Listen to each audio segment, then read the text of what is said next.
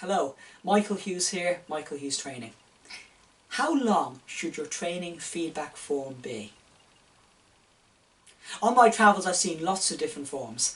1 page, 2 page, 3 page, 4 page feedback forms. But which is the ideal length for a training feedback form? I don't have the answer for that, I'm sorry. But what I will say is that we have to consider several different issues. Number one, how much information do you want to get from your form? You could ask just a few key questions, or you could ask for a great deal of detail. Number two, how much time are you willing to give your staff to complete that form? Because remember, the more questions you ask, the more information you're seeking, the longer it will take to complete. So how long are you willing to have your staff fill in that form?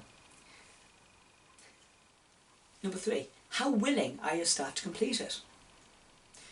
At the end of a day's training, most staff don't want to spend any longer than they absolutely have to filling in feedback forms, particularly if it means that they're going to have to stay beyond the length of the class. And four, how able are your staff to complete that form? If you have among your staff people with language or literacy issues, then a long lengthy form can be very off-putting, and a form where they have to do lots of writing can be quite a challenge for some people. So I would say when designing your form, you need to think very carefully about what information you really need, the amount of time you want your staff to complete that form, how willing they be to do it, and also the ability of your staff to do it. And bear in mind, your feedback form is going to be given before the end of the class. It won't be given at the very end when people are ready to go home. It will be given before the end, the idea being that they complete the form before the class ends.